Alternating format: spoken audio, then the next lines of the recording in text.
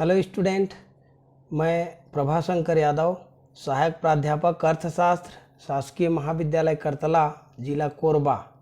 आज मैं इस वीडियो लेक्चर में प्रश्नावली के बारे में चर्चा करूंगा, जो कि MA economics second semester paper second के अंतर्गत यूनिट सेकेंड में research methodology and computer application विषय का टॉपिक है।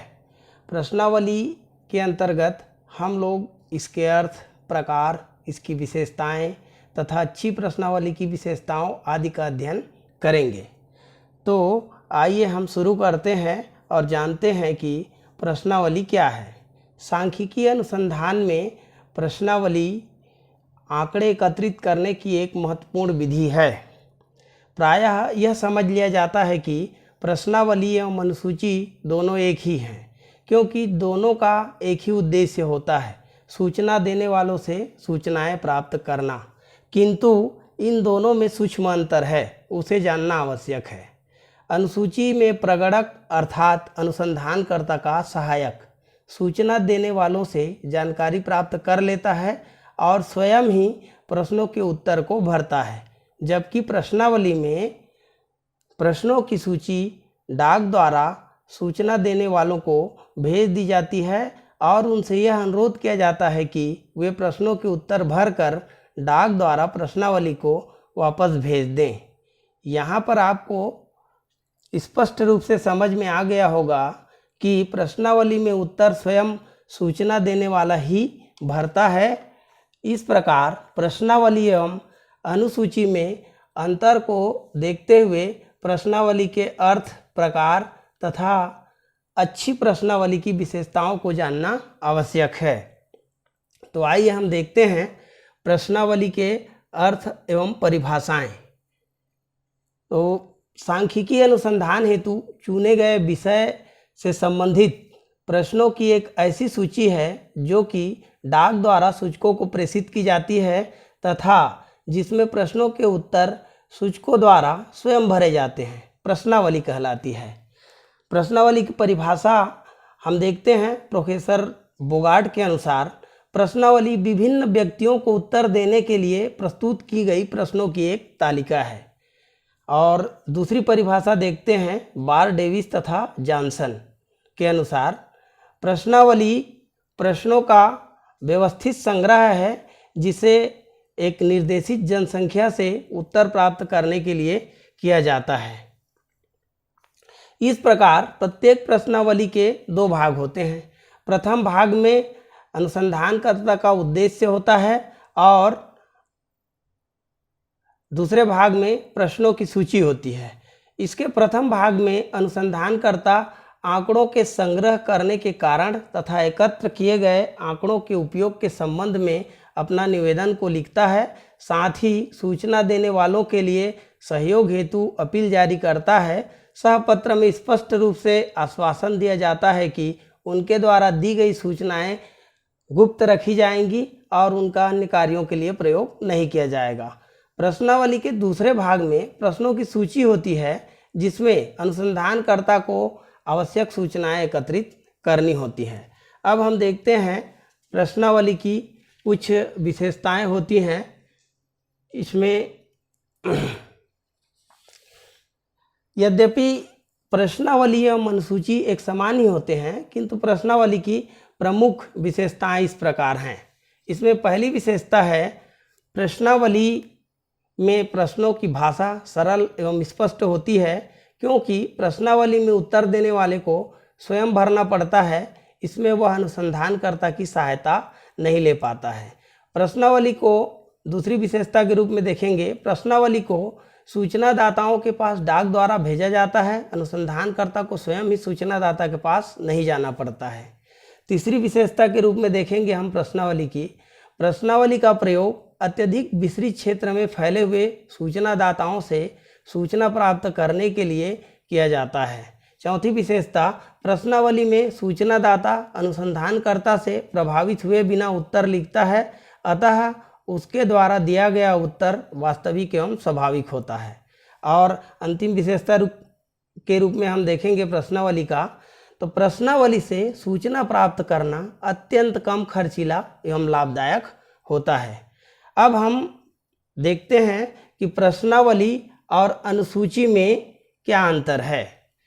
तो इसमें पहला अंतर है, प्रश्नावली प्रश्नों की एक सूची है जिसमें प्रश्नों के उत्तर सूचनादाता स्वयं देता है। इसके विपरीत अनुसूची प्रश्नों की एक ऐसी सूची है जिसमें प्रश्नों के उत्तर प्रगणक सूचनादाता से पूछताछ करके भरता है। दूसरा अंतर है, प्रश्नावली को सूचनादाता के पास डाक द्वारा भेजकर आंकड़ों का संकलन किया जा सकता है, परंतु अनुसूची को अनुसंधानकर्ता द्वारा या प्रगणकों द्वारा स्वयं सूचना देने वालों के पास जाकर भरना पड़ता है। तीसरा अंतर है, प्रश्नावली विधि कम खर्चीली होती है। इस पद्धति में केवल डाक का खर्च आता है, परंतु अनुसूची विधि अधिक खर्चीली होती है क्योंकि अनुसंधानकर्ता को स्वयं ही प्रत्येक सूचनादाताओं से मिलना होता है। और अंतिम अंतर के रूप में हम देखेंगे, प्रश्नावली में समय और श्रम दोनों की बचत होती है, जबकि अनुसूची में अधिक समय एवं श्रम की आवश्यकता होती है। अब हम देखते हैं प्रश्नावली के प्रकार। तो प्रश्नावली को उनकी रचना, प्रश्नों की प्रकृति, तथ्यों के आधार पर कई प्रकार से विभाजित किया जा सकता है, किंतु श्रीमती पी.बी. यंग के अनुसार संरचना के आधार पर प्रश्नावली के दो प्रकार होते हैं, संरचित प्रश्नावली और दूसरा असंरचित प्रश्नावली। तो संरचित प्रश्नावली हम किसे कहेंगे, आइए इसे हम जानते हैं। तो जिस प्रश्नावली की रचना अनुसंधान कार्य प्रारंभ करने से पहले कर ली जाती है उसे संरचित प्रश्नावली कहा जाता है। अनुसंधान कार्य प्रारंभ हो जाने पर इसमें किसी प्रकार का संशोधन नहीं किया जाता है। सूचकों या प्रगणकों की इच्छा पर कुछ भी नहीं छोड़ा जाता है। इस प्रकार की प्रश्नावलियाँ विस्तृत क्षेत्र के लिए अधिक उपयोगी हैं। उपयुक्त प्रश्नों के कारण उत्तर भी व्यवस्थित एवं विश्वसनीय होते हैं। सैद्धांतिक एवं व्यवहारिक दृष्टिकोण से भी इस प्रकार की प्रश्नावलियाँ अधिक महत्वपूर्ण होती हैं। अब दूसरा है असंरचित प्रश्नावली। ये क्या है, इसे हम इस प्रकार समझ सकते हैं। वह प्रश्नावली जिसकी रचना अनुसंधान कार्य प्रारंभ करने से पूर्व नहीं की जाती है उसे असंरचित प्रश्नावली कहा जाता है। अर्थात इसके अंतर्गत प्रश्नावली अनिश्चित होती है। इसमें पहले से कोई संरचित अथवा निश्चित प्रश्न नहीं होते। इसमें विषय का उल्लेख एवं आवश्यक निर्देश दिए होते हैं। अब हम अगला प्रकार देखेंगे प्रश्नावली का, वो है श्रीमती पी.बी. यंग ने प्रश्नों की प्रकृति के आधार पर प्रश्नावली के दो प्रकार बतलाए हैं। इसमें बंद, सीमित या प्रतिबंधित प्रश्नावली पहला प्रकार है और दूसरा प्रकार है खुली, असीमित या अप्रतिबंधित प्रश्नावली। तो हम बंद, सीमित अथवा प्रतिबंधित प्रश्नावली किसे कहते हैं, इसे हम जानने का प्रयास करते हैं। तो जिस प्रश्नावली में प्रश्नों के वैकल्पिक उत्तर प्रश्नों के साथ साथ लिखे रहते हैं और सूचना देने वालों को उन्हीं में से किसी एक उपयुक्त उत्तर का चुनाव करना होता है, उसे बंद या सीमित या प्रतिबंधित प्रश्नावली कहा जाता है। इसका एक उदाहरण लेते हैं। प्रश्न है, सुपर बाजार के सेल्समैन का व्यवहार आपको कैसा लगता है। इसमें विकल्प के रूप में दिया गया है रूखा, विनम्र, उदासीन। उत्तरदाता इन उत्तरों में से किसी एक उत्तर पर अपनी सहमति प्रकट करता है।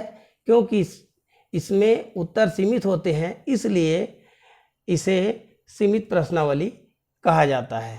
इस प्रकार की प्रश्नावली का प्रयोग करने से वर्गीकरण में सुविधा रहती है। अब जो दूसरा प्रकार है प्रश्नावली की वो है खुली, असीमित या अप्रतिबंधित प्रश्नावली। जिस प्रश्नावली में प्रश्नों के उत्तर नहीं दिए होते तथा जहां सूचनादाताओं को उत्तर देने की पूर्ण स्वतंत्रता होती है, खुली, असीमित या अप्रतिबंधित प्रश्नावली कहा जाता है। इसे उदाहरण द्वारा इस प्रकार समझ सकते हैं। प्रश्न है इस प्रकार के प्रश्नावली के उदाहरण का, भारत में बढ़ती हुई कीमतों को कम करने के लिए आप क्या सुझाव देंगे। इसका दूसरा उदाहरण के तौर पर ले सकते हैं, बेरोजगारी निवारण कार्यक्रम को कैसे प्रभावशाली बनाया जा सकता है।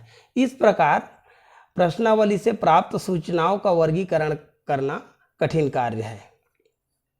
अब हम देखते हैं विविध प्रकार की प्रश्नावली के अंतर्गत फिर दो प्रकार बांटा गया है, जिसमें चित्रमय प्रश्नावली और मिश्रित प्रश्नावली आते हैं।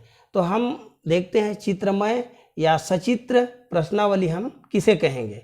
तो जिस प्रश्नावली में प्रश्नों के वैकल्पिक उत्तर चित्रों व संकेतों के द्वारा प्रदर्शित किए जाते हैं उसे सचित्र प्रश्नावली या चित्रमय प्रश्नावली कहा जाता है।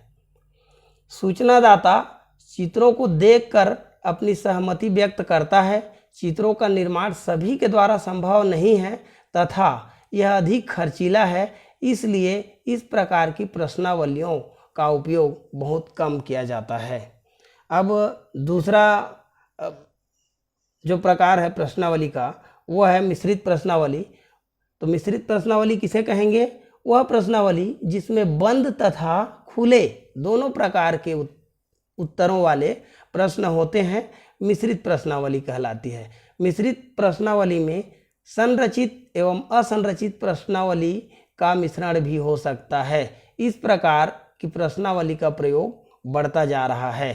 अब हम देखते हैं प्रश्नावली के गुण। तो प्रश्नावली से सूचना एकत्रित करने में निम्नलिखित गुण पाए जाते हैं। पहला है इसमें विस्तृत क्षेत्र के लिए उपयोगी। यह विधि अनुसंधान के उस क्षेत्र के लिए उपयोगी होती है जहां सूचना देने वाले दूर दूर में निवास करते हैं या दूरस्थ अंचलों में बसते हैं। उनके पास प्रश्नावली भेजकर सूचना एकत्रित कर ली जाती है।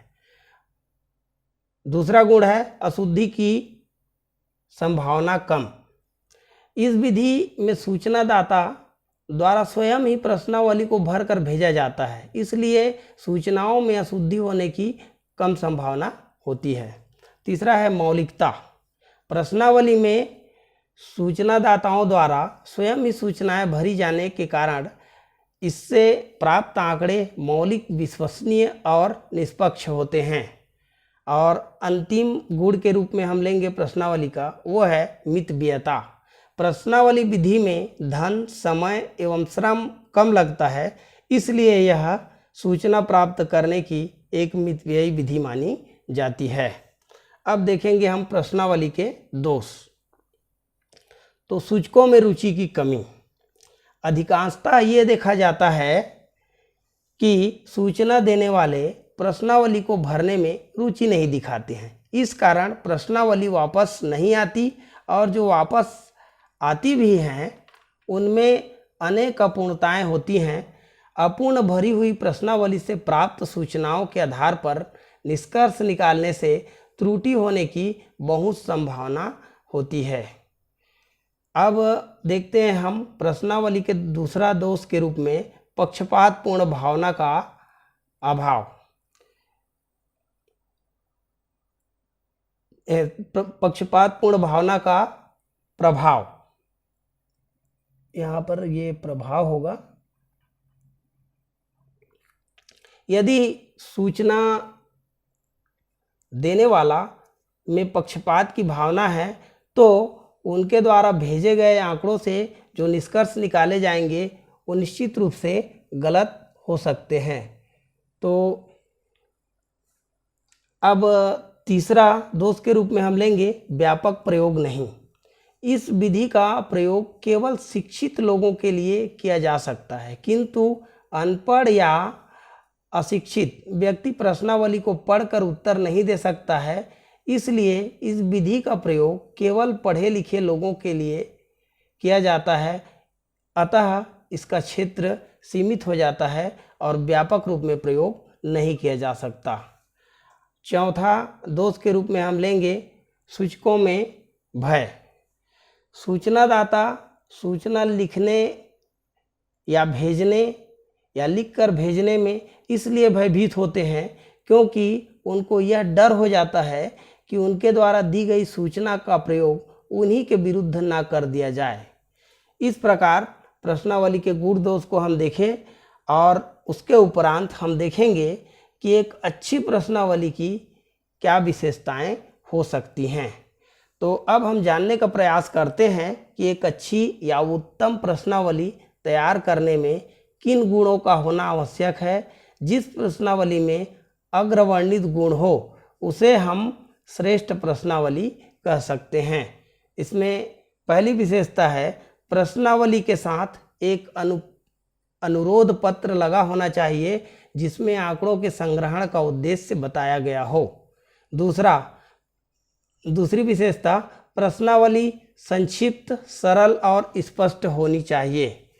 तीसरी विशेषता है प्रश्नों की संख्या कम होनी चाहिए परंतु इतनी भी कम नहीं कि वांछित सूचना प्राप्त ना हो सके। चौथी विशेषता के रूप में हम लेंगे प्रश्नों को उचित क्रम में रखा जाना चाहिए जिससे सूचनादाता को उत्तर देने में सुविधा हो जाती है।